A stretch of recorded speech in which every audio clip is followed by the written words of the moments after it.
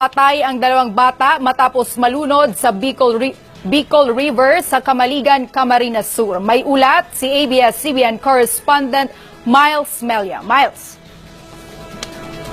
Raya, nakuhang lumulutang sa Bicol River sa Barangay Suwa, Camaligan, Camarines Sur ang dalawang batang lalaki alas 7 kaninang umaga.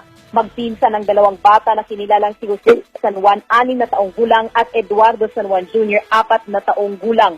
Ayon sa Chief Investigator ng Camaligan Police, si Senior Police Inspector Jimeno Santa Cruz, na-report Sabado ng gabi na nawawala ang dalawang bata hanggang sa may nakakita na sa mga ito sa ilog. Magkapatid ang ama ng mga bata na parehong bigla sa pangyayari.